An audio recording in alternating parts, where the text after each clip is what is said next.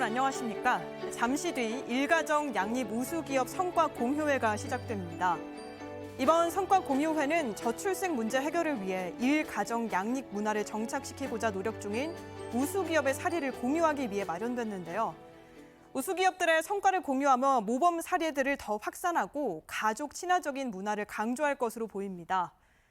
오늘 성과 공유회는 저출생 극복 추진본부 내 경제계가 주도적으로 나선 첫 행사인데요.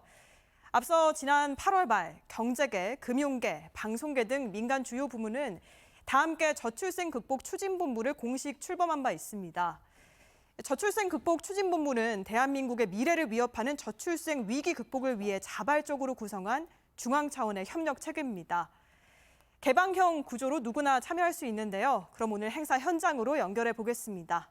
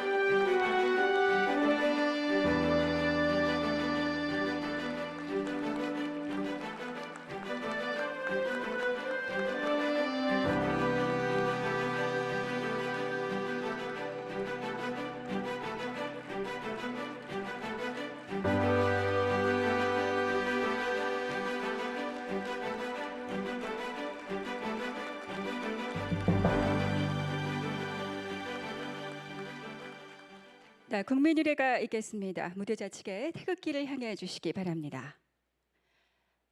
국기에 대하여 경례.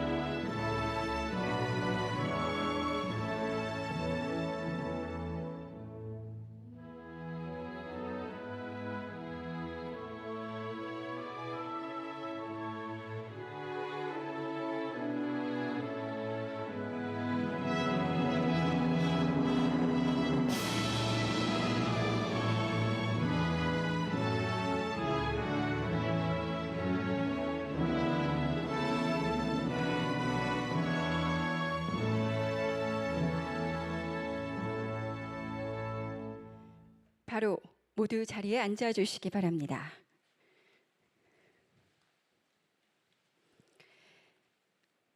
네, 여러분 안녕하십니까? 저는 오늘 진행을 맡은 아나운서 김보민입니다. 반갑습니다. 자, 그럼 지금부터 제4차 인구비상대책회의 겸 일가정양립 우수기업 성과 공유회를 시작하도록 하겠습니다. 여러분 큰 박수로 함께 시작하겠습니다.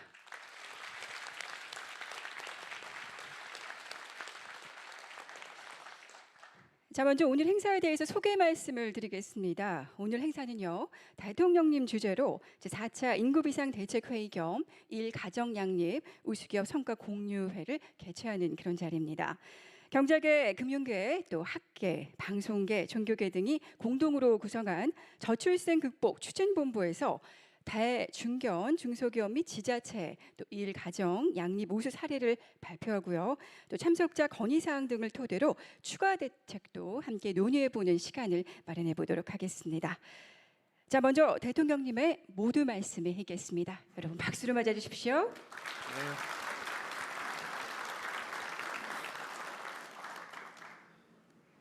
네, 여러분 반갑습니다. 저는 지난 6월 19일 인구 비상사태를 선포했습니다. 이와 동시에 저고위에서 양립, 양육, 주거 이 3대 핵심 분야 151개 과제를 발표한 바 있습니다. 그동안 정부는 이를 확실하게 뒷받침하기 위해 많은 노력을 기울여 왔습니다. 우선 육아휴직 급여를 최대 월 150만 원에서 월 250만 원으로 대폭 인상했습니다. 건전재정 기조에도 저출생 3대 핵심 분야 예산만큼은 올해보다 22.2% 늘린 19조 7천억 원을 내년 예산으로 편성했습니다. 또한 7월 11일 인구의 날에 인구정책의 컨트롤 타워가 될 인구전략기획부 설치 법안을 발의했습니다. 어제 범부처 합동으로 국무조정실에 인구전략기획부 설립 추진단을 발족시켰습니다. 앞으로 부처 신설에 필요한 준비를 차질 없이 진행해 나갈 계획입니다. 짧은 기간이지만 이렇게 노력하는 가운데 최근 출생아 수와 혼인 건수에서 출산율 반등의 희망이 보이고 있습니다. 지난 2분기 출생아 수가 56,838명으로 전년 동기 대비 증가했는데 출생아 증가는 2015년 이후 8년 만입니다. 오늘 발표된 7월 출생아 통계 역시 지난해보다 증가했습니다. 지난 분기 혼인 건수도 55,910건으로 2분기 연속 증가해서 역대 2위의 증가율을 기록한 바 있습니다. 특히 7월 혼인 건수는 전년 동월 대비 32.9%가 증가했습니다.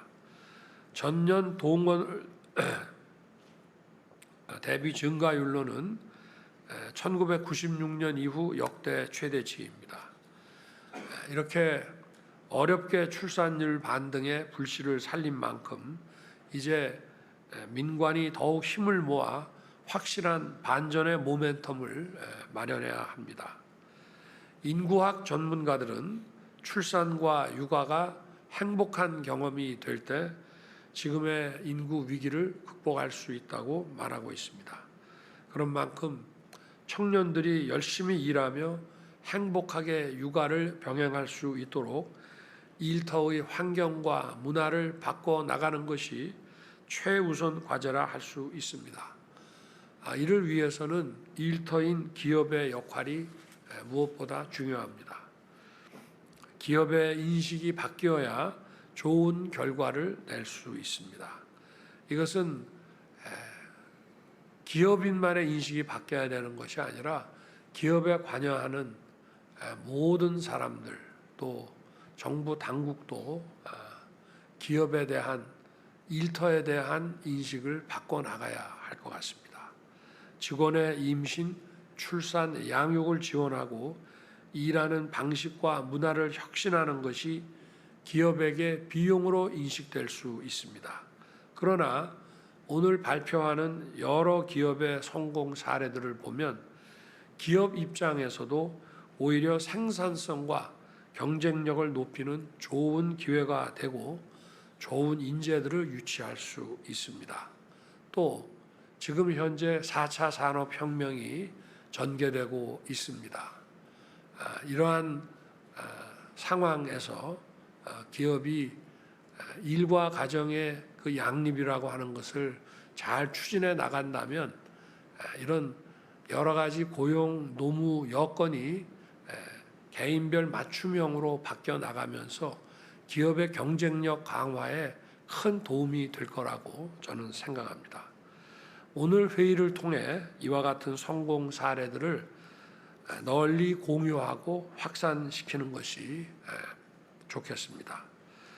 시차 출퇴근제 사용을 장려하고 재택근무나 스마트 근무 같은 근무 형태의 좀 유연화된 근무 형태를 도입한 중소 중견 기업들의 경우 직원들이 육아와 일의 균형을 찾으면서 일의 능률이 올라가고 자연스럽게 기업의 생산성도 높아졌다고 합니다. 또 이직률이 대폭 낮아지는 등 우수한 청년 인력을 확보하는 데도 큰 도움이 되고 있습니다. 육아휴직도 마찬가지입니다. 최근 법정 육아휴직에 더해서 본인이 원할 경우 육아휴직을 추가로 사용할 수 있도록 하고 복귀 후 승진 등 커리어에 문제가 없도록 배려하는 기업이 늘고 있습니다. 육아휴직을 당연시하는 조직 문화가 자리 잡으면서 엄마는 물론 아빠들도 육아휴직을 자유롭게 사용한다고 합니다.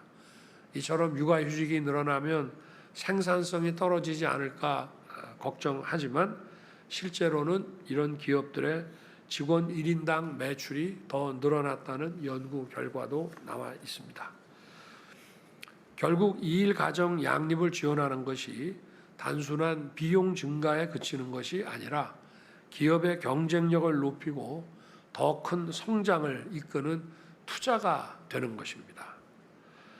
해외 선진국 사례들을 보면 근로자들이 출산과 육아로 잠시 직장을 쉰다고 해서 승진이나 임금에 큰 영향을 받지 않습니다. 근본적으로 우리와 같은 연공서열 체계가 아니고 임금도 기업과 근로자 개인이 협상을 통해 개인별 맞춤형으로 결정하기 때문입니다. 우리도 근로자 개인의 결정권을 확대하는 방향으로 노동 유연성을 높여 나갈 필요가 있습니다. 그것이 4차 산업혁명 시대에 맞는 방향이면서 동시에 2일 가정 양립 문화를 정착시키는 토양이 될 수 있습니다. 우리 정부의 노동개혁 추진이 인구 위기의 해법이 될 수 있는 만큼 노동 유연화에 대한 사회적 공감대를 확산시켜 나가야 하겠습니다. 이에 더해 상생협력과 사회공헌으로 힘을 보태는 기업들도 늘고 있습니다. 중소, 중견 기업들이 일터 가까이에 육아 인프라를 갖추는 것은 매우 어려운 일입니다. 이런 상황에서 대기업이 앞장서서 직장 어린이집을 설치하고 중소기업 협력사 직원 자녀들도 함께 이용할 수 있도록 혜택을 나누는 모범적인 사례도 나왔습니다. 또한 중소기업 직원이 육아휴직을 쓸 때 대체 인력 채용 비용을 금융기업이 지원해서 기업의 부담을 실질적으로 덜어주는 상생협력의 사례도 나왔습니다. 창의적인 방식으로 2일 가정 양립을 지원하고 계신 여러 기업 관계자들의 노력에 감사드립니다. 이러한 기업들의 노력이 더 큰 결실로 이어질 수 있도록 정부도 최선을 다해서 뒷받침하겠습니다.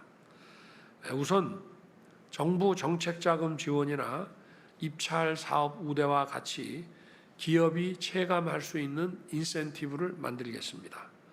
특히 2일 가정 양립에 앞장서고 있는 우수 중소기업에 대해서는 세제 혜택을 검토하고 국세 조사 유예와 같은 방안도 강구하겠습니다.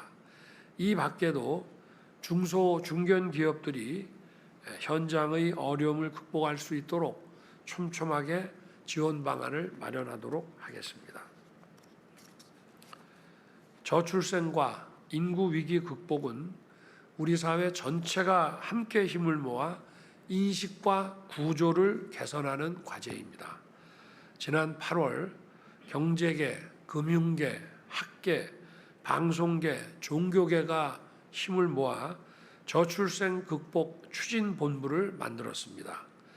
우리 사회 전반의 인식을 변화시키는 구심점 역할을 해줄 것으로 기대하고 있습니다. 오늘 이 자리에 여러 기업인과 근로자를 비롯해서 경제단체 또 금융단체에서도 많이 오셨습니다. 좋은 의견 활발하게 나눠주시고 인구 위기 극복을 위해 지혜를 모으는 자리가 되기 바랍니다. 감사합니다. 네, 말씀 고맙습니다. 자, 다음으로 실제 기업 현장에 일 가정 양립 문화가 어떻게 작동하고 있는지 영상으로 준비했습니다. 영상으로 만나보시죠.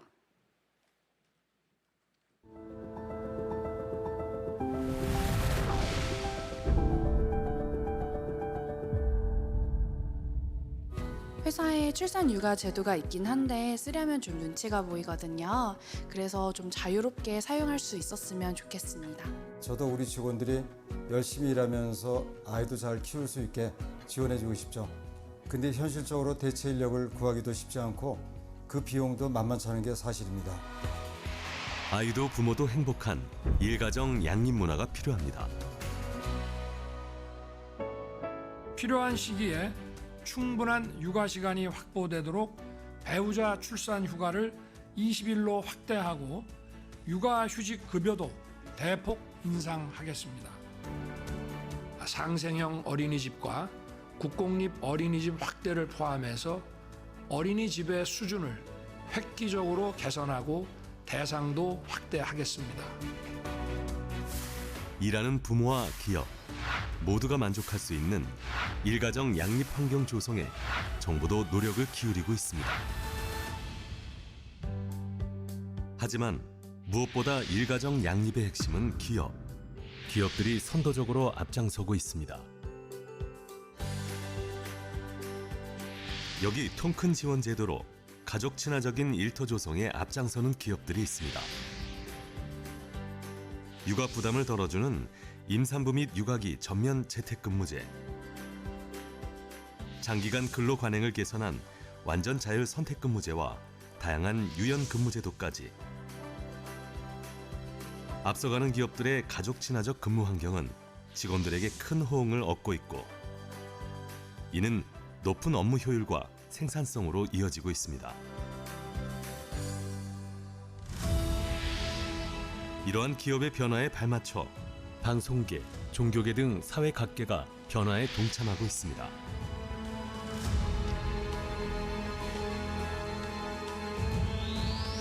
기업과 정부 등 온 사회가 힘을 모아 일가정 양립 사회를 만들어 가겠습니다.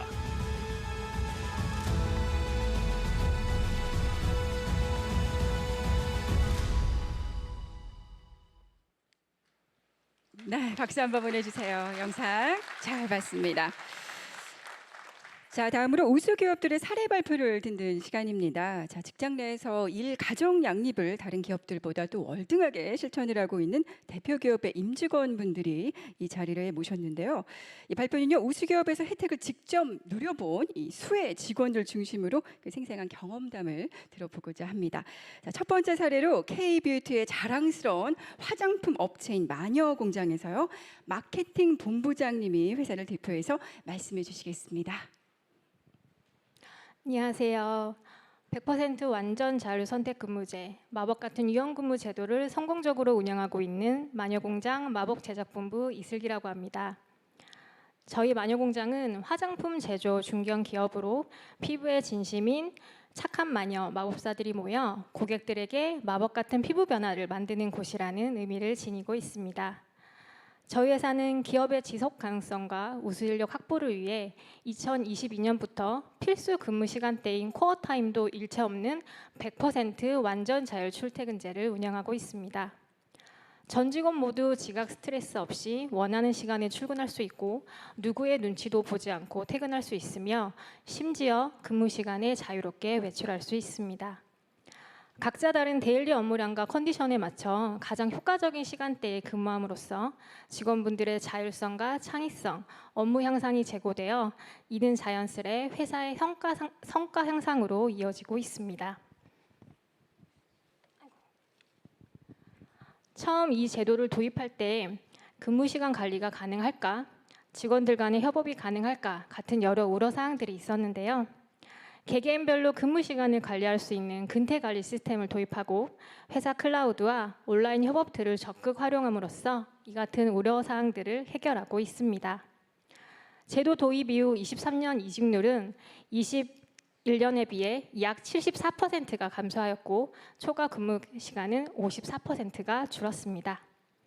근로자들의 업무 효율 상승은 회사의 성과 향상으로 이어져 22년 매출은 전년에 비해 약 63% 증가하였고 23년 2천만 불 수출의 탑 달성에 이어 올해도 꾸준히 플러스 성장을 이어가고 있습니다.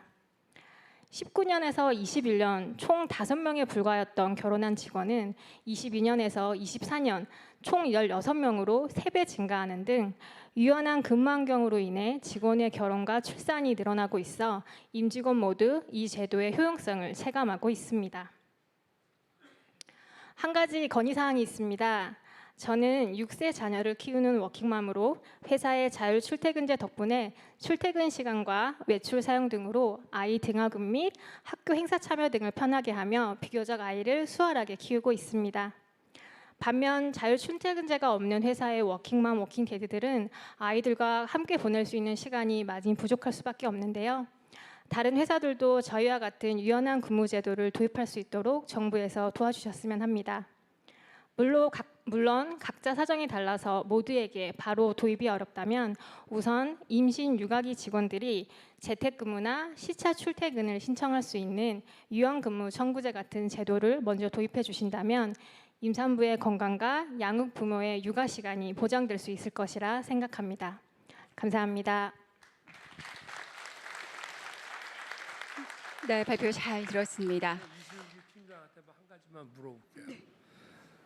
이렇게 완전 그 자율 그 근무 시간제를 택하면은 자기가 이렇게 아무 시간대에 나와서 일을 하거나 또는 집에서 일을 하거나 할 때 그거를 같은 부서 직원들끼리 내가 무슨 일을 했는지 다 이렇게 서로 공유하고 이렇게 하나요?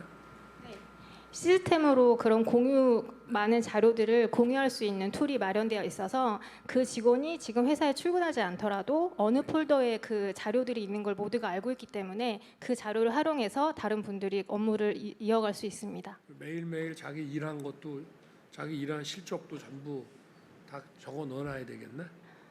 그런 영업팀에서는 물론 그런 작업이 진행되고 있고요.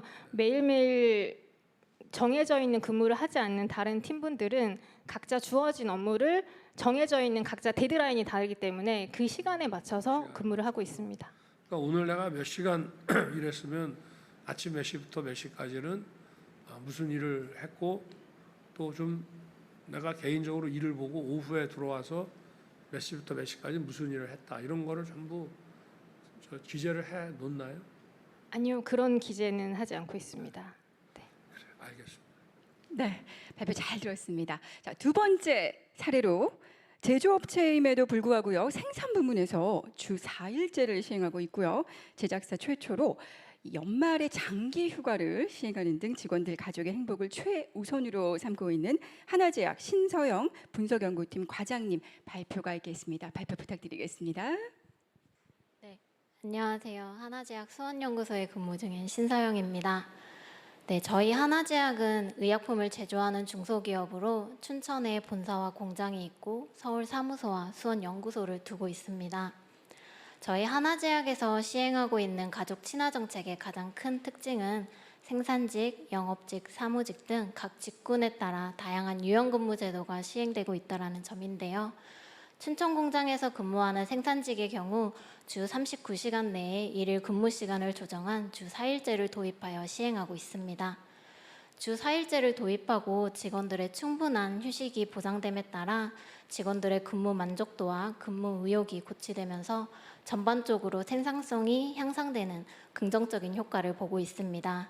제조업체에서도 생산성 하락 없이 주 4일제를 도입할 수 있다는 점을 저희 하나제약이 보여주고 있다고 생각되어 굉장히 큰 자부심을 가지고 있는 부분입니다.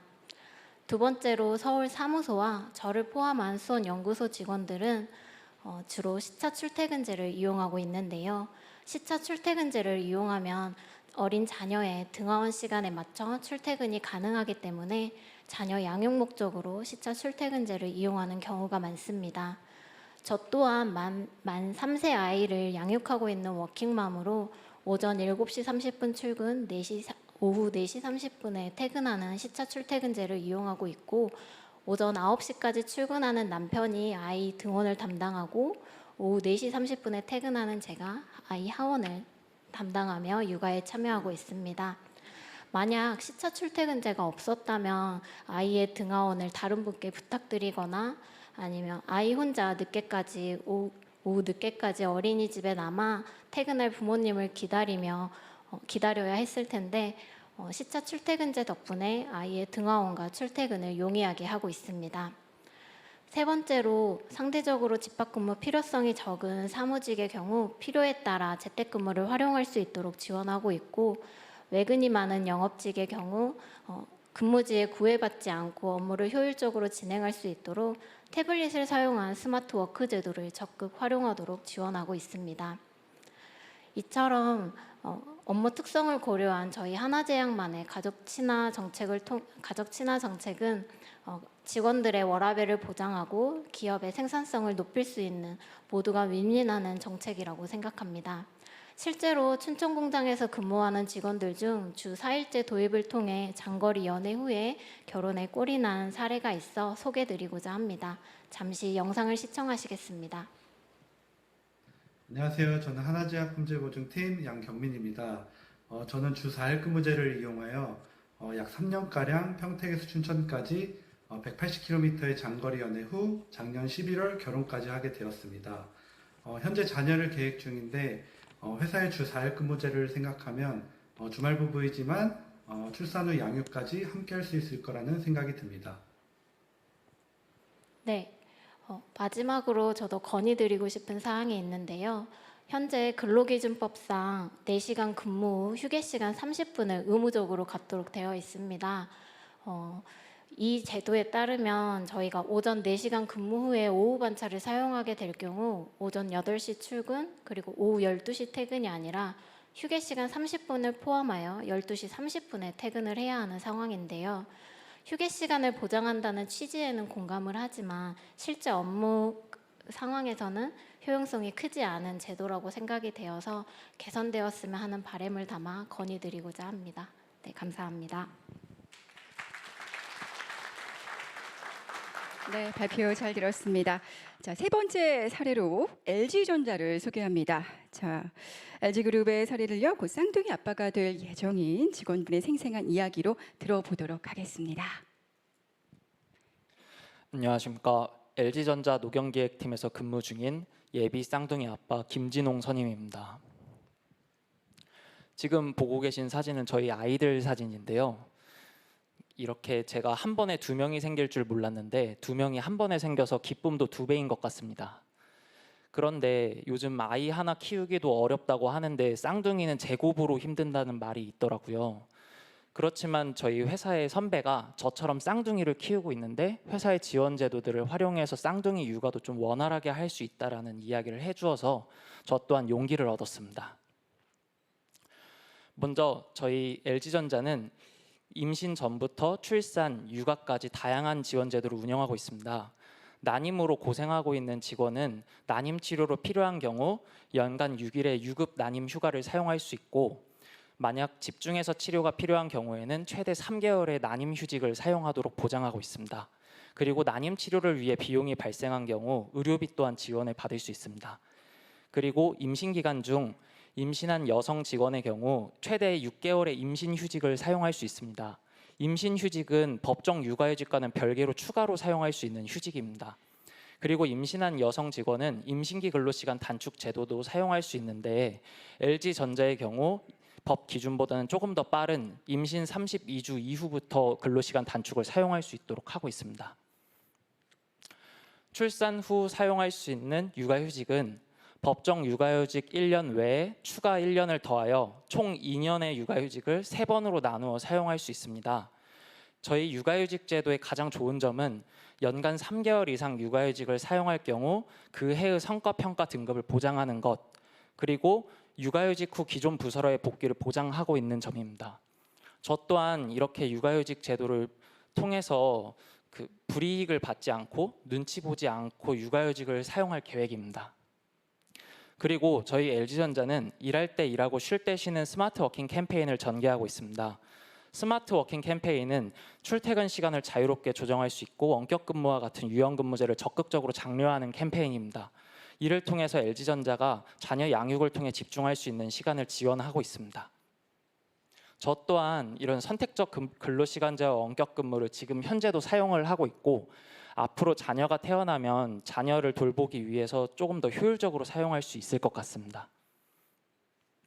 이렇게 다양한 노력을 통해 LG전자는 육아휴직 등 육아 지원 제도를 눈치 보지 않고 활용하는 문화를 조성했습니다.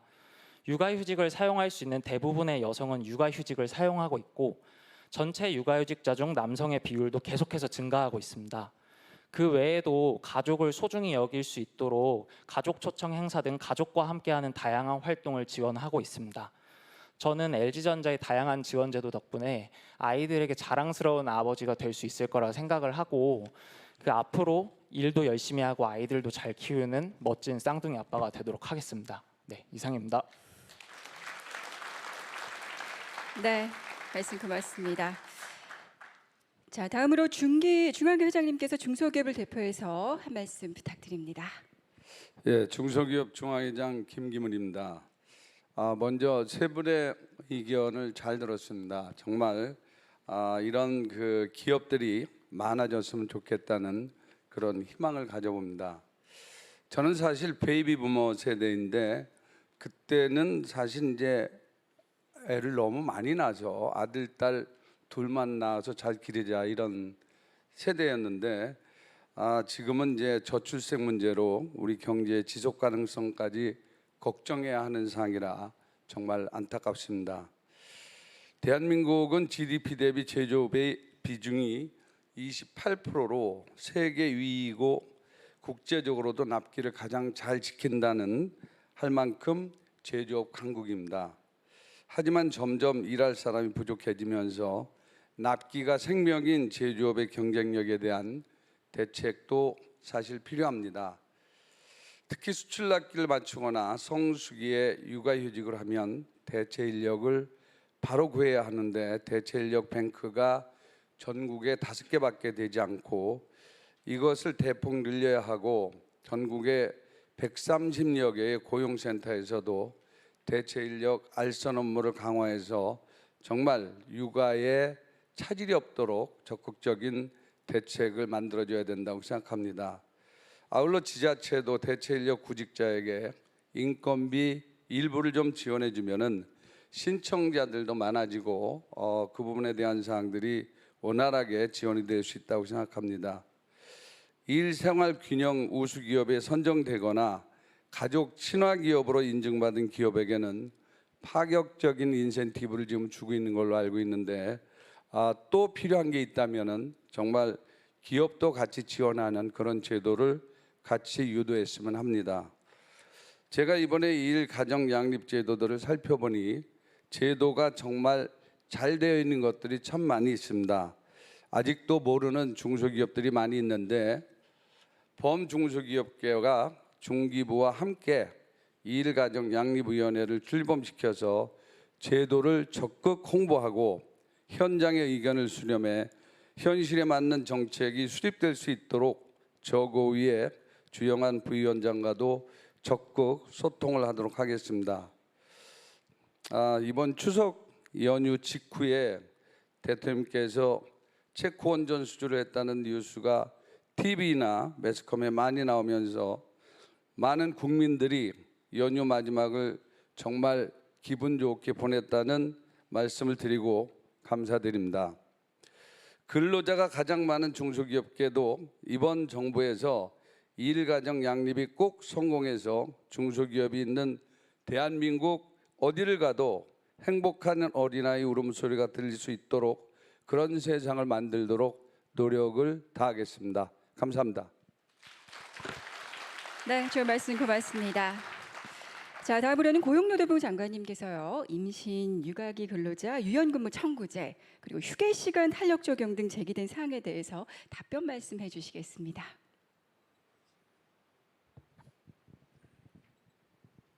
예, 휴게 시간 문제를 말씀하시는데 저희가 검토를 해봤더니만 이게 매우 잘못된 겁니다. 그런데 지금 현행 법이 이렇게 되어 있기 때문에 법제처장님 도와있습니다만은 저희들이 신속하게 개정을 해서 이 부분을 고칠 수 있도록 하고 제가 법을 고치기 이전에 빨리 좀 우리 근로 감독 자체의 지침을 개정해서 안 되겠냐 해보니까 그건 여러 가지 좀 문제가 있겠다 하는데 제가 어떻게 하든지 간에 그런 오히려 이 근로기준법의 취지가 근로자들을 4시간 이후에 더 묶어두는 그런 일은 너무나 불합리하고 법의 취지도 안 맞거든요. 지금 잘못된 것인데 그동안 못 고친 점에 대해서 죄송스럽게 생각하고 제가 빨리 고칠 수 있도록 총력을 다하겠습니다. 네, 말씀 고맙습니다. 네. 자, 그리고 다음으로요. 중소벤처기업부 장관님께도 한 말씀 부탁드리겠습니다. 네, 방금도 설명이 되었지만 우리 중소기업들이 일 가정 양립과 관련해 있어서는 하고 싶은 의지는 많습니다만은 여력이나 여건이 안 되는 부분들이 굉장히 많습니다. 아무래도 자발적인 참여를 유도할 수 있도록 정부의 정책이 변화돼야 된다고 생각을 합니다. 중소기업 중앙에서도 말씀하셨지만 기업에 대한 획기적인 어떤 인센티브가 필요합니다. 중기부에서 가지고 있는 굉장히 많은 정책 자금을 일 가정 양립의 우수 기업에 대해서는 파격적으로 저희가 인센티브를 주고자 지금 설계를 하고 있습니다. 지금까지는 이제 최대적인 정책 자금의 한도가 60억이었는데 우수 기업들에는 100억까지 저희가 이제 설계를 높이려고 하고요. 그 외에도 R&D라든지 다양한 수출 지원 사업에도 신청을 하시면 파격적으로 우대점을 저희 드리는 그런 식으로 저희가 계획을 만들고 있습니다. 이를 통해서 우리의 중소기업들이 자발적으로 관련돼 있는 문화를 가져나가고 그것이 생산성의 향상에까지 갈 수 있도록 중기부가 함께 뛰도록 하겠습니다. 더불어 중기중앙회와 함께 저희가 중소기업들이 직접 참여하는 위원회를 만들어서 그 위원회 속에서 중소기업들이 원하는 내용들을 현장의 목소리들을 저희가 최고위에 전달하고 또 정책의 내용도 지속적으로 보완해가는 노력이 필요하다고 생각합니다. 감사합니다. 네, 말씀 고맙습니다. 자, 그리고 경제부 총리님께도 한 말씀 부탁드리겠습니다. 네, 경제부총리입니다. 오늘 일가정 양립 관련된 모범 사례 많이 잘 들었습니다. 아까 대통령께서 말씀을 미리 좀 하셨습니다만 올해 내년도 예산이 평균 증가율이 3.2%입니다. 근데 그 저출생 관련된 저희 지원 예산이 아까 대통령께서 22% 증가를 해서 한 20조에 육박한 지금 예산 지원이 대통령께서 그 강한 강력한 의지가 있으셔가지고 그 지원이 강하게 됐다는 말씀을 크게 되었다는 말씀을 다시 한번 드리고요. 아까 중기중앙회장님 건의하셨고 대통령께서 또 모두 발언에서 말씀하셨듯이 일생활 균형 실천하는 우수 중소기업에 대해서 세제 혜택 그리고 세무조사 유예를 차질 없이 시행하도록 하겠습니다. 한 말씀 올리면 이제 기획재정부도 일가정 양립이 잘 안 되는 사실은 부서입니다. 그래서 저희 부서 자체의 생산성과 행복도도 높이고 또 저희가 일가정 양립 정책을 체험을 해봐야 되지 않겠습니까? 그래서 제가 각 실국에 제가 취임을 해서 일가족 양립 담당관을 다 지정을 해가지고요. 엊그제도 회의를 하고 왔습니다. 그래서 저희가 온북이라고 그래가지고 지금 시범 사업을 하는데 노트북 형태인데 그 보안이 처리가 된 그 온북이 있습니다. 노트북에서 저희 직원 중에서 그 영유아를 키우는 직원들 중심으로 해서 25% 정도 다 보급이 됐고요. 그 다음에 내년 상반기까지는 전 직원 거의 한 70%를 보급을 할 생각입니다. 그래서 저희도 그래서 시차 출근제, 그 다음에 재택근무, 그 다음에 이런 것들을 지금 또 저희 직원 중에서 그 부부 공무원도 많이 있습니다. 그래서 그 기획재정부가 좀 더 행복해지면 더 행복한 정책을 만들지 않을까 생각을 해가지고 저희도 그 아직 여기 기업들에 비해서는 아직 좀 걸음마 단계지만 최선을 다해서 실천을 해보려고 노력하고 있습니다. 네, 감사합니다. 네, 말씀 고맙습니다. 자, 이번에는요, 기업 내 우수한 가족 친화 제도 시행을 넘어서 협력사는 물론 또 지역 사회로까지 상생의 손을 뻗어 사회를 공헌하는 이 우수 기업들이 있다고 합니다. 그 이야기를 들어보도록 할 텐데요. 첫 번째로 포스코의 상생형 공동직장 어린이집 사례입니다. 오늘도 사이좋게 또 포스코 내 가족 출산 신화 제도 담당자와 함께 첫 해부터 지금까지요, 두 아이를 어린이집에 보내고 계신 포스코 협력사 포웰의 직원분께서 함께 참석을 해주셨습니다. 발표해 주시죠, 두 분. 네, 안녕하세요. 저는 아이들을 키우며 포스코에서 가족 출산 친화 제도를 담당하고 있는 이진입니다. 네, 포스코는 지속 가능 경영 그리고 더 나아가 지속 가능한 사회를 만들기 위해 저출산 해결에도 많은 노력을 기울이고 있습니다. 오늘 포스코의 노력 3가지를 먼저 설명드리겠습니다.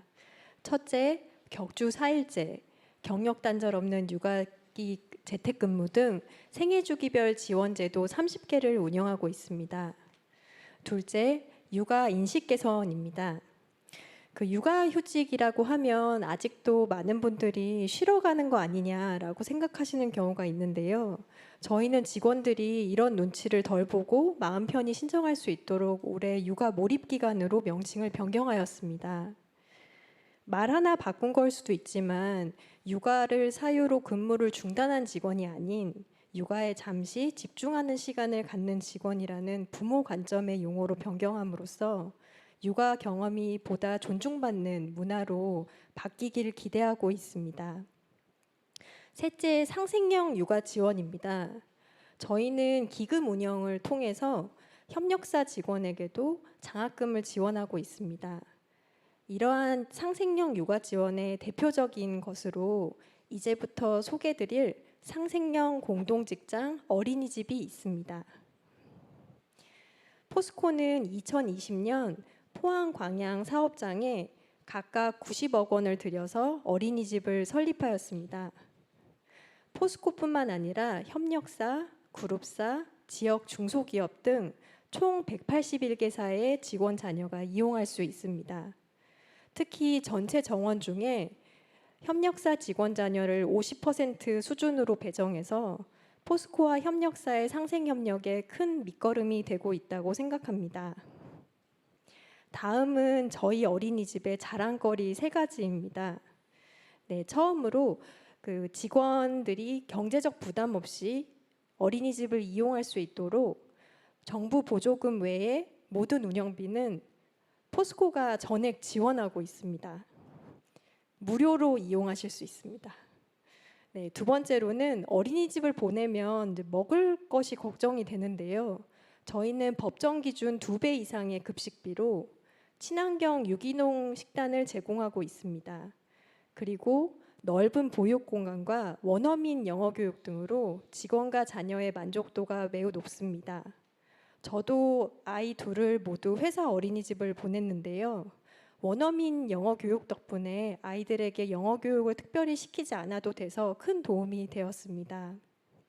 지금 이 자리에는 포항에 있는 상생 어린이집을 지금 보내고 있는 협력사 직원과 함께 했습니다. 지금부터 이야기를 들어보시면 좋겠습니다. 네, 안녕하세요. 포항제철소 수처리 전문기업 포엘에서 근무하는 김병석입니다. 예, 저는 2020년부터 당시 3살이었던 첫째를 7살까지 4년간 어린이집에 보냈고 현재도 이제 7살인 둘째를 계속 보내고 있습니다. 예, 처음에는 혹시나 이제 아이가 적응을 하지 못할까 걱정도 많이 했지만 지금은 아이랑 와이프랑 충분히 만족하며 잘 다니고 있고 저도 업무에 충실히 잘 임하고 있습니다.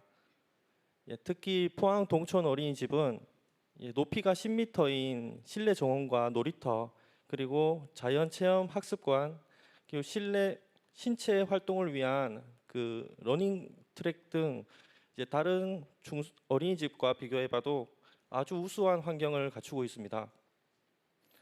사실 중소기업은 어린이집을 건립할 수 있는 여건이 좀 어려운 편인데 포스코와 같은 대기업에서 이런 상생형 어린이집을 건립하는 것이 중소기업 직원들에게는 매우 큰 도움이 됩니다.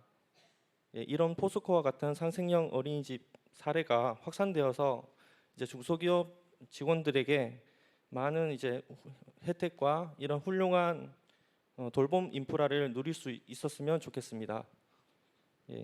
이를 위해서 정부에서도 많은 관심과 지원을 해주시면 좋겠습니다. 감사합니다.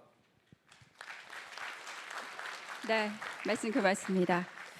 자, 두 번째 사례로요. 중소기업의 일가정 양립 지원 사례를 신한은행 ESG 파트장님께서 발표를 해주시겠습니다. 네, 안녕하십니까. 신한은행 및 그룹에서 ESG를 담당하고 있는 조정원 본부장입니다. 저출생 극복을 위한 뜻깊은 행사에 참석하게 되어 영광입니다. 이 저출생 위기는 정부뿐만 아니라 경제계에서도 힘을 모아 해결해야 될 난제라고 생각합니다. 이 신한금융은 미래를 함께하는 따뜻한 금융이라는 미션하에 이러한 어려운 국가적 난제를 함께 극복할 수 있는 금융의 역할이 무엇인지 고민하고 실행하고 있습니다. 신한금융은 임신 전부터 출생, 양육에 이르는 전 과정을 아름다운 동행이라는 마음으로 함께하고 있습니다. 먼저 임신 전 난임 부부를 위해 2023년부터 총 585쌍의 난임 부부 진단 검사비를 지원하고 있고, 고위험 임산부를 위한 병실 입원료 지원까지 준비하고 있습니다. 또한 출산 고객을 우대하는 40주 맘적금과 맞벌이 자녀의 돌봄 공백 해소를 위한 신한 꿈도 담터, 그리고 지난 8월 저출산 고령사회위원회와 MOU 체결을 통해 중소기업 출산 육아휴직 대체 인력 지원을 추진 중에 있습니다. 아시다시피 중소기업은 대기업과 비교해 상대적으로 일가정 양립이 어려울 수 있습니다. 신한금융은 기업이 정부와 협력하면 이 어려움을 보다 슬기롭게 극복할 수 있다고 생각을 합니다. 이러한 일에 마중물 역할이 필요했고, 민간기업 최초로 제1호 대중소상생협력기금 100억 원을 출연을 결정하였습니다. 이를 통해 정부가 인상한 최대 월 120만 원의 출산 육아휴직 대체 인력 지원금에 저희 민간 출연 자금을 추가로 더해서 중소기업의 비용 부담을 줄여주고, 이를 통해 중소기업 근로자들이 부담 없이 육아휴직을 사용할 수 있도록 도와주게 될 것이라 사료됩니다. 저희의 마중물을 계기로 2호, 3호 출연이 계속 이어지기를 기대해 봅니다. 신한 꿈도 담터는 2018년도부터 진행된 신한금융의 대표적인 저출생 지원 사업입니다. 여성가족부와 함께 맞벌이 부모들의 육아 부담 경감 및 여성 경력 단절 예방을 위해 영유아와 초등생을 대상으로 공동 육아, 방과 후 돌봄 등을 지원하고 있습니다. 2024년 초까지 총 220억 원을 지원하여 전국에 200개소를 완공하였고, 약 82만 명의 영유아 및 아동들이 이용을 하였습니다. 이러한 기여를 인정받아서 2022년 5월 가정의 달에 대통령 표창을 수여받기도 했습니다. 감사드립니다. 앞으로 영유아 및 부모를 적극 더욱 지원하고 지역사회와 함께 저출생을 극복하는 양육시설로 발전시켜 나가도록 하겠습니다. 저출생 해결에 대한 이슈는 범사회적 차원의 역량을 집결해야 되는 것으로 금융회사도 잘 공감하고 있습니다. 신한은행을 비롯한 신한금융은 앞으로도 저출생 및 인구위기 극복을 위한 노력에 최선을 다하도록 하겠습니다. 감사합니다. 네, 말씀 고맙습니다. 자, 지자체 차원에서요 선도적인 지원책을 마련하고 계신 서울시 사례를 들어보도록 하겠습니다. 서울시 김선순 여성가족 실장님 말씀 부탁드리겠습니다. 네, 반갑습니다. 서울시에서 저출생 업무를 총괄하고 있는 여성가족실장 김선수입니다. 서울시는 탄생응원 서울 프로젝트로 저출생 위기 극복을 위해서 52개 신규 사업을 열심히 추진 중에 있습니다. 최근에는 일생활 균형의 실천이 결국에는 저출생 극복의 핵심이라는 정부 정책 기조에 발맞춰서 중소기업 워라밸 포인트제와 소상공인 맞춤형 출산 양육 지원 3종 세트를 새롭게 추진하고 있습니다. 이를 오늘 보고 드리도록 하겠습니다. 먼저 일가정 양립을 위한 중소기업 워라밸 포인트제입니다. 대기업에 비해서 중소기업 임직원들은 상대적으로 출산 양육 제도 활용이 어렵다는 인식이 있습니다. 그래서 저희는 핵심 지표로 각 기업이 하고 있는 여러 중소 출산 양육 제도들을 포인트를 부여해서 그 기업의 등급을 매긴 후에 거기에 맞는 인센티브를 차등적으로 지원합니다. 아까 대통령님께서 말씀하신 대로 서울시는 벌써 이제 서울 시세에 대한 세무조사 유예와 그리고 일반 용역 입찰 시 가점을 주는 부분, 그리고 육아휴직에 대한 대체 인력 지원, 또 동료 응원수당, 출산휴가 급여 보전까지 이를 통해서 사실은 일생활 균형 문화 확산을 중소기업 스스로 좀 노력하도록 하는 분위기에 많이 도움이 될 것으로 보입니다. 현재 151개 기업이 선정했고 지금 125개 기업이 또 신청해서 심사 중에 있습니다. 현장에 그 기업들의 동참 의지가 매우 높습니다. 네, 그리고 여전히 자영업자나 5인 미만의 소상공인들은 출산 양육 시 상당한 어려움이 있습니다. 그래서 KB금융그룹에서 50억 원을 지원해 주셔서 저희가 3종 세트를 준비했습니다. 이번 10월부터 본격적인 시행에 들어갑니다. 첫 번째로는 종사자가 육아휴직을 하면 6개월간 대체 인력을 파견해 주는 사업이 있고, 그리고 사업주와 종사자가 야간이나 또는 주말, 그리고 아이가 갑자기 아플 때 민간 아이돌봄 서비스를 이용하면 그 이용 요금의 3분의 2까지 6개월간 지원해주는 정책도 수립했습니다. 아울러서 이제 작은 가게를 운영하시다 보니까 사업주 본인이나 배우자의 임신 출산으로 인해서 가게가 문을 닫으면 거기에 따른 휴업 손실도 보상할 계획을 세웠습니다. 서울시는 탄생응원 서울 프로젝트를 차질 없이 추진해서 성과가 증명된 사업들은 타 시도와 적극적으로 공유하고 국가의 손길이 미치지 못하는 사각지대를 지속적으로 발굴해서 업무 처리에 최선을 다해 나가도록 하겠습니다. 그럼에도 불구하고 현장에서는 여전히 소상공인 또 자영업자의 경우 일가정 양립 제도를 활용하기 어렵다, 눈치 보인다, 이런 의견이 많습니다.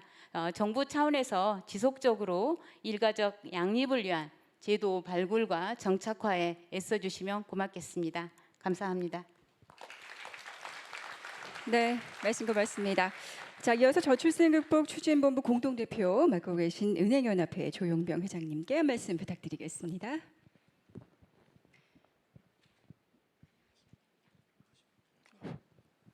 예, 안녕하십니까. 은행연합회장 조용병입니다.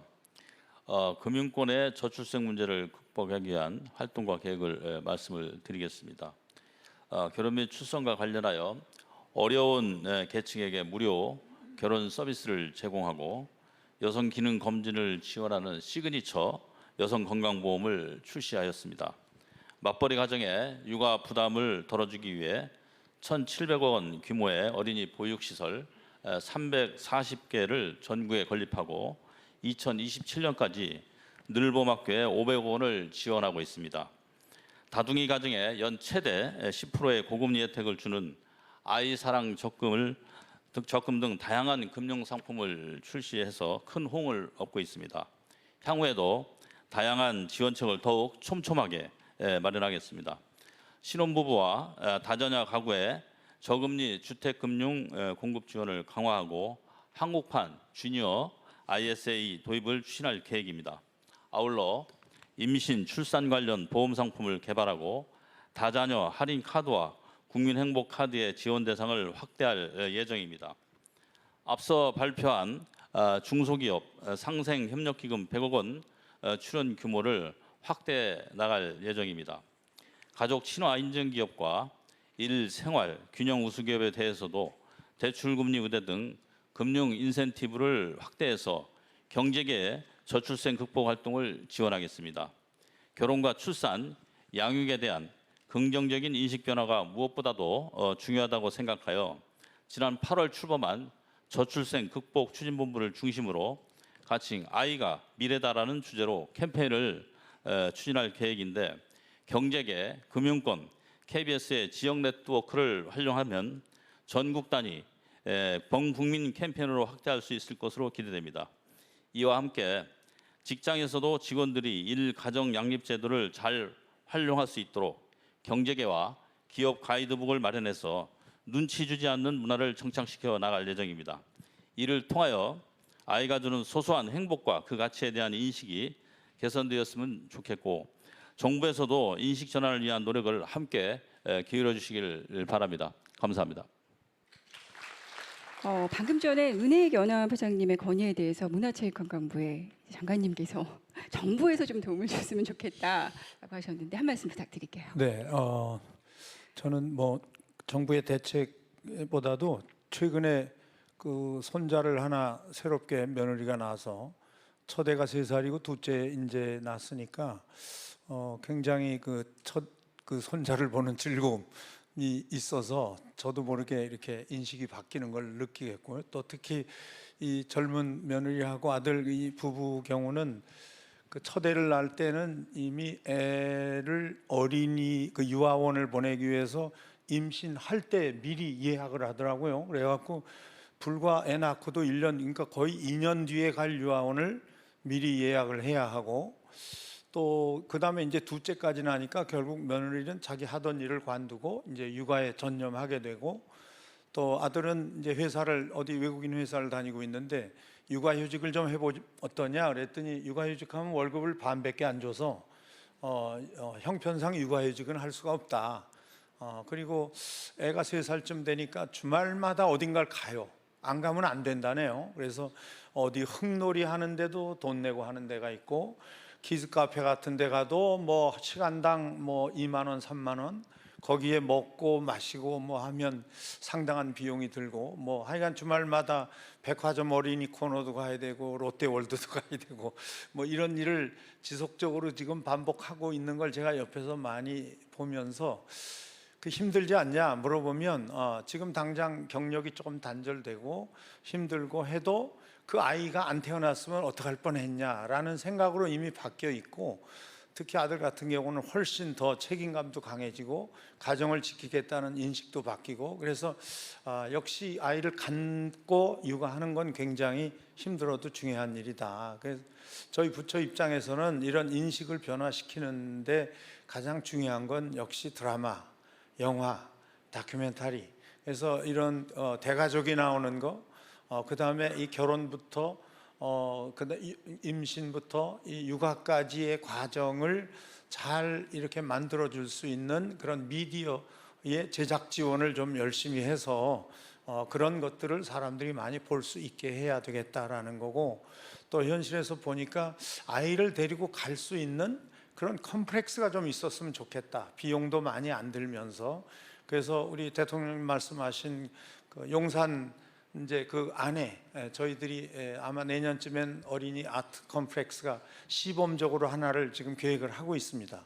그래서 그런 부분, 그 다음에 유아 친화형 이런 체육센터가 꼭 필요하겠다. 그래서 아이들 데리고 갔을 때 부모가 마음 놓고 맡겨서 아이들이 뛰고 놀 수 있도록, 그래서 이런 부분을 저희들이 지금 적극적으로 추진하고 지원하고 있다, 이렇게 말씀드리겠습니다. 네, 감사합니다. 말씀 고맙습니다. 맞습니다. 장관님이 방송계가 중요하다라고 말씀하셨는데 특별 생방송이나 다큐가 이미 시작되고 있습니다. 방송계를 대표해서 이 저출생 극복 추진본부의 공동 대표를 맡고 계신 KBS 박민 사장님께도 한 말씀 부탁드리겠습니다. 예, KBS는 언론사 중에서 가장 아이를 낳고 키우기 좋은 회사라는 평가를 받고 있습니다. 그런데 거기에 대해서 내년부터는 임신을 하면 인사고과에서 가점을 주는 방안까지 지금 추진할 예정이고, 최근에는 그 KBS의 임산부와 영유아 부모를 위한 주차장까지 신설하고 주차비도 할인해주는 제도를 시행하고 있습니다. 그렇지만 역시 KBS는 우리 조영경 회장님이나 유인촌 장관님 말씀대로 언론사로서 가장 잘할 수 있는 일은 저출생 문제에 대한 인식 전환을 이끌 수 있는 다양한 콘텐츠를 제공하는 일이라고 생각합니다. KBS는 이미 돌아온 슈퍼맨 등을 통해서 이 육아 관련 프로그램을 하고 있지만 이번 주말부터는 가족의 의미를 되새길 수 있는 다리미 패밀리라는 주말 드라마를 시작을 합니다. 또 10월 초부터는 일일 드라마 결혼하자 맹꽁이라는 작품을 통해서 자식을 키우는 어머니의 사랑과 애안을 담은 이야기를 전달하려고 합니다.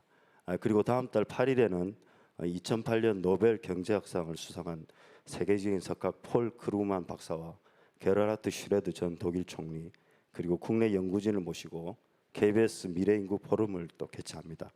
이 포럼이 시작되는 8일부터는 TV와 라디오로 제3차 저출생 위기 대응 특별 방송 주간을 시작합니다. 이에 앞서서 KBS는 올 8월 저출생극복 추진본부가 닻을 올린 이후로 경남과 부산, 대구와 경북, 그리고 충북과 제주, 춘천, 전주 지역의 지역 본부를 출범시켰고 오늘 대전, 충남에 다음 달 7일에는 광주, 전남 본부가 출범합니다. 이렇게 되면 전국 9개 지역의 지역 본부가 다 완성이 됩니다. 저출생 문제 극복을 위한 정부의 열성적인 노력과 함께 민간 분야에서도 단단한 토대가 마련되고 있습니다. 그런 의미에서 오늘 우수한 사례로 선정된 기업들의 노력에 감사의 박수를 보내드립니다. 그리고 KBS도 저출생 위기 극복의 초석을 하나하나 단단하게 쌓아나가겠습니다. 감사합니다. 네, 말씀 고맙습니다. 자, 그동안 우리나라 저출생 극복 대책으로 가정 양립 지원을 최우선적으로 강조해왔던 이 저출산 고령 사회위원회 부위원장님께서도 앞서 상생형 직장 어린이집 확산에 대한 답변을 포함해서 좀 한 말씀 부탁드리겠습니다. 네, 오늘 발표와 토론을 들으면서 저출생 극복에 대한 범사회적 변화가 점차 확산되고 있는 것 같아 정말 기쁘고 또 감사하다는 말씀부터 먼저 드리겠습니다.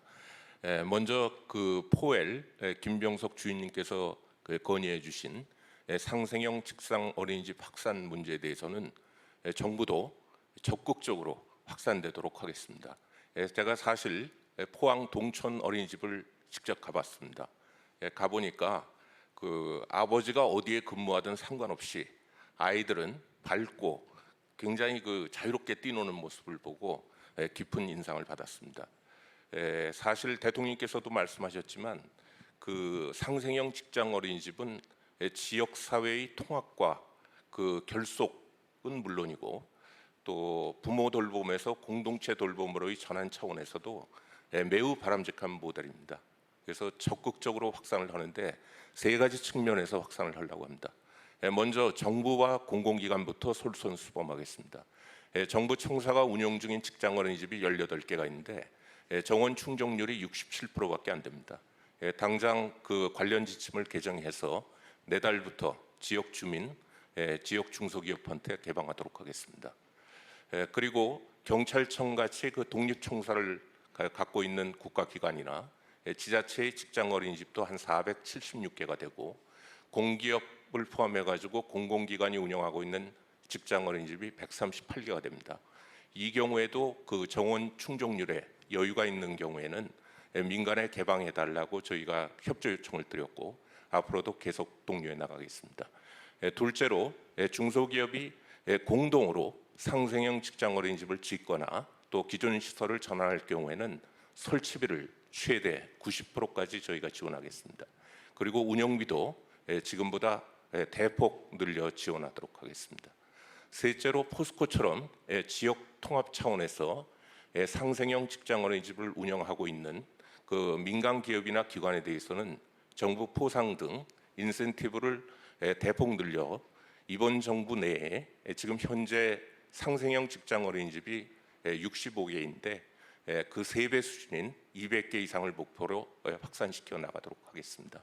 이미 저희 위원회에 그 정부가 이런 식으로 그 정책을 발표를 하면 민간 기업임에도 불구하고 그 직장 어린이집을 개방하겠다 하는 의사를 표시해 온 데가 꽤 있습니다.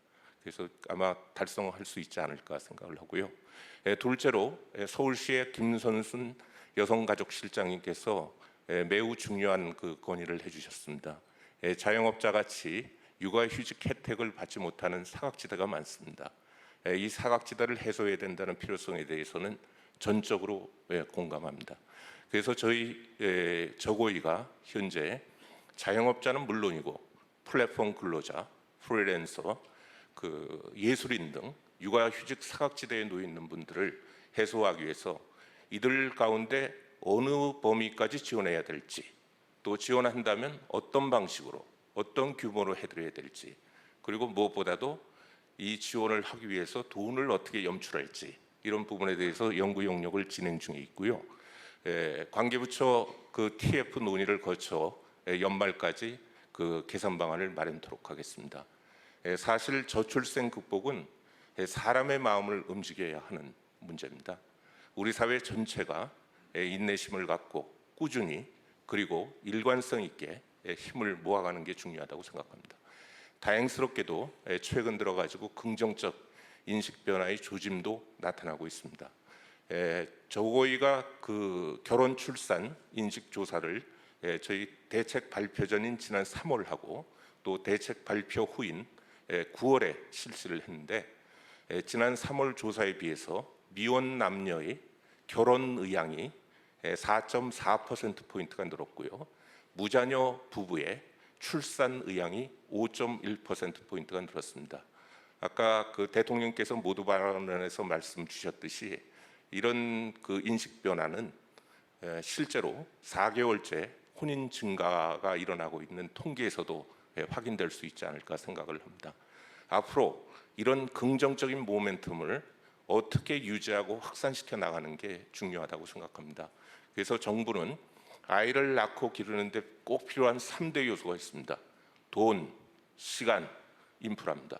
이런 부분에 대한 지원을 위한 정책적 노력을 지속하면서 동시에 민간 주도의 저출생 극복 추진본부와 함께 그 일하는 방식을 근본적으로 개선하면서 일가정 양립 문화 그리고 육아 친화적 기업 문화, 사회 문화가 확실하게 정착될 수 있도록 총력을 다하도록 하겠습니다. 감사합니다. 네, 좋은 말씀 고맙습니다. 자, 그리고 이 자리에는 김상훈 국민의힘 정책위의장께서도 참석해 주셨습니다. 한 말씀 부탁드릴게요. 예, 오늘 일가정 양립에 관한 소중한 경험을 경청할 수 있는 자리를 마련해 주신 대통령님께 감사 인사 말씀드립니다. 지난 6월 19일 날 대통령님께서 인구 비상 사태를 선포하시고 양립, 양육, 주거와 관련된 3대 분야 151개 대응 과제를 발표를 하시는데 우리 국민의힘에서 성공적으로 완수할 수 있도록 정부와 최선을 다하겠습니다. 저는 두 가지 진행 상황을 좀 말씀드리겠습니다. 첫째는 인구전략기획부의 신설입니다. 침제 인구 정책의 효율적인 수립과 집행을 위해서 인구전략기획부 신설이 필요하다는 것이 우리 대통령께서 강조하신 내용인데 야당에서 전제 조건으로 걸고 있는 내용을 현재 원만하게 협의를 마무리한 상태입니다. 오늘 아침에 여기 자리에 함께하신 국무조정실장님과 정부 측과도 조율을 끝냈기 때문에 이번 정기국회 때 그 법이 통과될 수 있도록 하겠습니다. 두 번째는 일가정 양립 3법 통과입니다. 여야 간의 다소간의 이견 차이가 있는 것은 분명합니다만은 그간에 원만하게 또 협의를 해왔고 또 대승적 차원에서 우리 일가정 양립에 임하는 대한민국 청년 부부들에게 희망을 주기 위해서 내일 본회의에서 합의 처리하기로 했다는 말씀을 드리겠습니다. 주요 내용은 산부의 출산 휴가를 현행 10일에서 20일로 확대하는 것은 물론이고 근로시간 단축과 관련된 대상 육아 연령을 현재 8세에서 12세로 연장을 하는 것입니다. 그다음에 맞벌이 부부의 육아휴직 기간을 현행 부모 각 1년에서 각 1년 6개월 합산 3년으로 확대하는 것 등을 주 내용으로 하고 있습니다. 덧붙여서 오늘 이런 일이 있었습니다. 제가 모 언론사의 기자분들과 식사를 같이 하는데 아기 둘을 키우고 있는 여성 기자분이 제게 이런 말씀하셨어요. 육아휴직, 휴직이라는 표현 좀 쓰지 말아주세요라고 이야기를 합니다. 육아와 관련된 더 힘든 시간을 보내고 복귀를 하는데 직장 상사께서 잘 쉬었다 왔나 이렇게 이야기를 하실 때 너무너무 화가 난다는 거예요. 그래서 육아와 관련된 이 부담과 스트레스가 정말 엄청나게 크구나라는 것을 느끼게 됐습니다. 이제 우리 대한민국 청년 부부들에게 그 일과 가정, 양립에 관련된 무거운 짐을 어깨에서 내려드리고 또 결혼과 육아와 관련된 조금 더 편안하고 여유로운 시간을 즐길 수 있도록 우리 국회에서도 최선을 다하겠다는 말씀을 드리겠습니다. 감사합니다. 네, 말씀 고맙습니다. 자, 끝으로 대통령님께서 마무리 말씀하시겠습니다.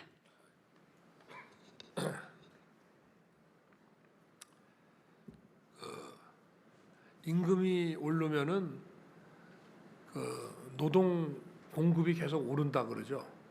근데 거기서 임금이 또 더 오르면 더 이상 노동 공급이 안 이루어진다고 하지 않습니까? 어느 단계부터는 이제 이 소위 공급 곡선이 이제 경직이 발생을 하는데 경제가 어려울 때는 먹을 게 없으니까 이 유아 사망률도 높고 또 사람이 오래 못 살고 그래 이제 인구가 증가하지 않거나 감소하거나 이러는데 경제가 이제 성장한다는 거, 인구가 는다는 거는 바로 경제가 성장하고 사람이 살기 편해졌다는 얘기 아니겠습니까? 그런데 경제가 거기서 더 성장을 하면은 인구가 증가를 안 하다가 더 성장을 하게 되면은 오히려 감소한다. 그게 우리가 겪은 경험 아니겠습니까? 이게 우리가 그야말로 고도 성장기에 이제 농업에서 공업으로 전환되면서 어쨌든 국민들의 하여튼 이런 민생이 좀 나아져서 인구가 폭발적으로 증가하고 그런 이제 베이비붐 세대도 겪었고요. 60년대, 70년대 초반까지. 그래서 이제 결국은 우리가 이제 우리 사회의 이런 지속 가능성에 대한 이런 걱정과 우려를 할 정도까지 이 저출생 문제가 이제 심각해졌는데요. 이거는 뭐 국가 정부의 지원 뭐 이런 모든 게 다 종합적인 문제인데 우리가 살아온 거를 다시 한번 돌이켜 보면서 우리의 이런 그 사회 문화에 대한 어떤 인식과 구조를 전반적으로 한번 되돌아봐야 되는 그런 문제라고 저는 생각을 합니다. 그렇게 하지 않고 그냥 그동안 한 20여 년 동안 뭐 계속 지원만 해줬거든요. 그러면 그건 그냥 복지 정책이에요. 복지 정책이 좋아진다고 해서 출생률이 느는 게 아니라는 것을 우리가 그동안 경험을 했습니다. 물론 잘 해줘야 됩니다. 이거는 기본 여건이기 때문에 이게 안 돼 가지고는 이제 그 가정을 꾸리고 뭐 아이를 낳을 수 있는 이런 이제 여건과 환경이 만들어져야 되는데 이거는 이제 필요 조건일 뿐이지 충분 조건은 되지 않는다는 거죠. 충분 조건은 역시 우리 구조적인 어떤 인식의 개선이 중요하고 그래서 오늘 중앙 지방 정부의 여러 관계자뿐만 아니라 기업, 뭐 금융계 이렇게 많이 오셨습니다. 그리고 기업에서도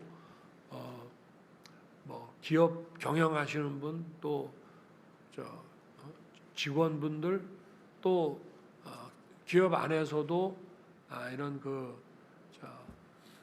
ESG를 담당하는 옛날에는 ESG가 환경, 거버넌스 그리고 뭐 서스테이너블한 이런 뭐 이런 문제들이었는데 지금은 이제 이런 저출생 문제가 중요한 이제 ESG의 항목으로 들어간 거죠. 이렇게 오셨는데 하여튼 정부 입장에서는 저희가 키워드만 가지고 이제 얘기를 한 건데 일가정의 양립이 가능하게 또 이 보육과 이 교육, 양육에는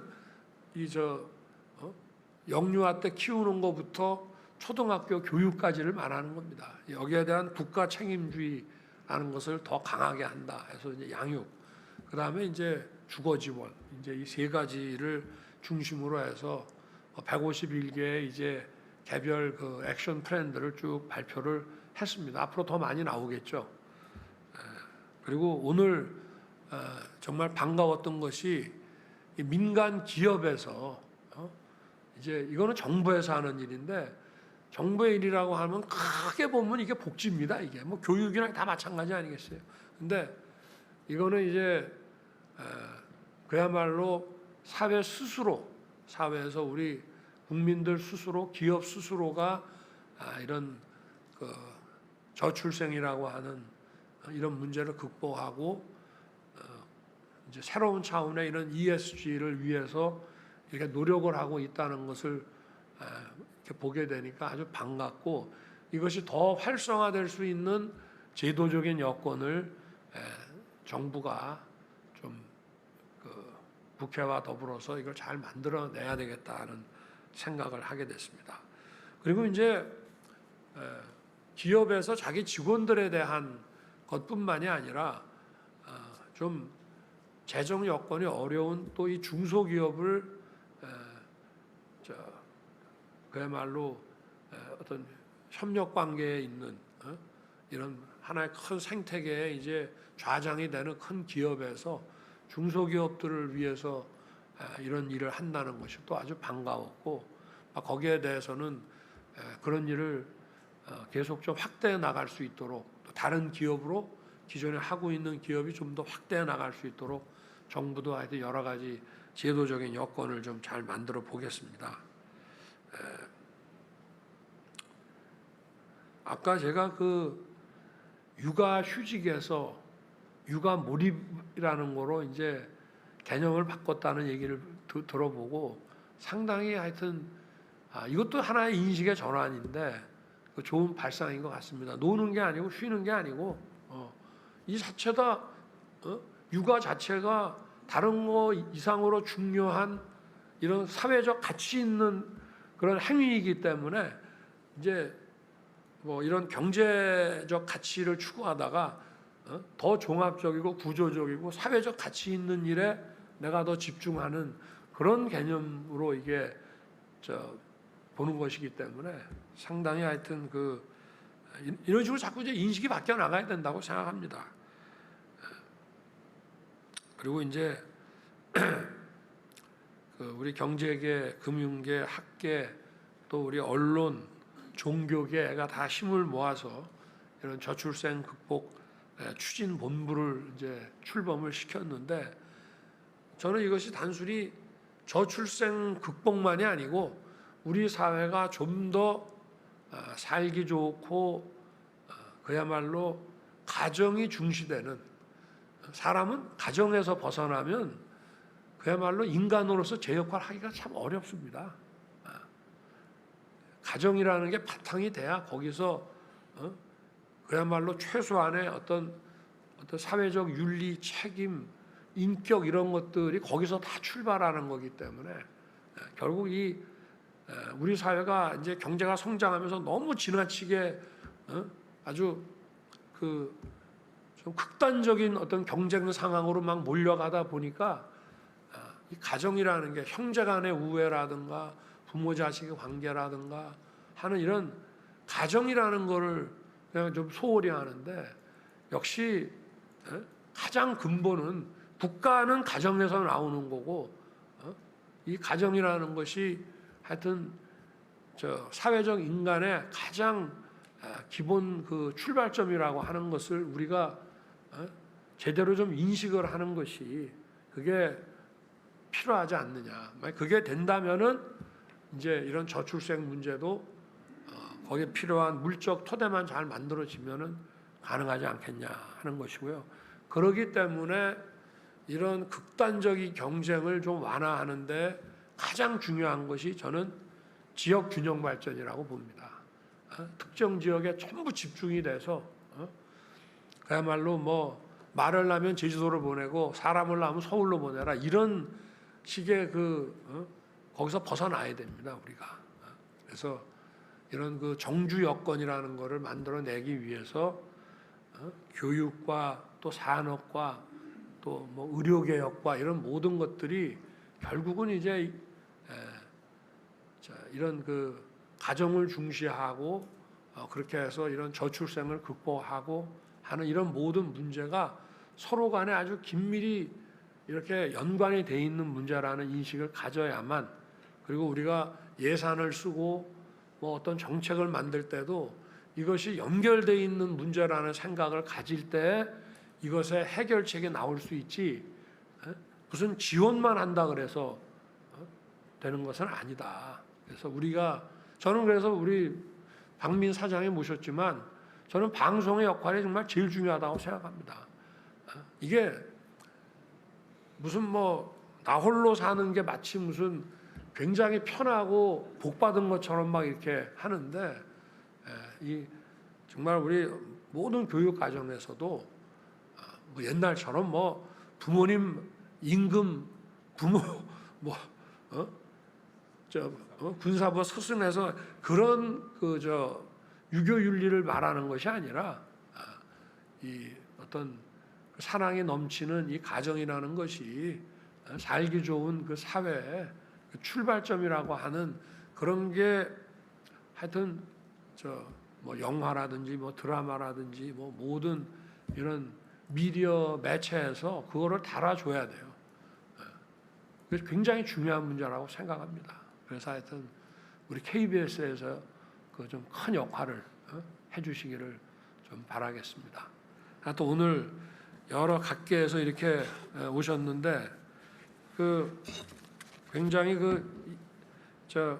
일가정 양립과 양육에 대해서 또 이 모범적인 이런 기업 문화를 만들어 오신 우리 이중근 회장님도 오셨는데 한 말씀 원래 들어야 되는데 제가 마무리를 하게 돼서 다음 기회에 하도록 하겠습니다. 여러분들 오늘 이렇게 바쁘신 가운데 많이 참석하고 관심 보여주셔서 감사하고 이걸 하여튼 우리가 종합적인 문제라는 인식을 가지고 한번 해결해 봅시다. 될 겁니다. 네. 네, 대통령님의 말씀 잘 들었습니다. 말씀 고맙습니다. 지금까지 일가정 양립 우수기업 성과 공유회 현장을 생중계로 전해드렸습니다. 시청해주신 여러분 고맙습니다.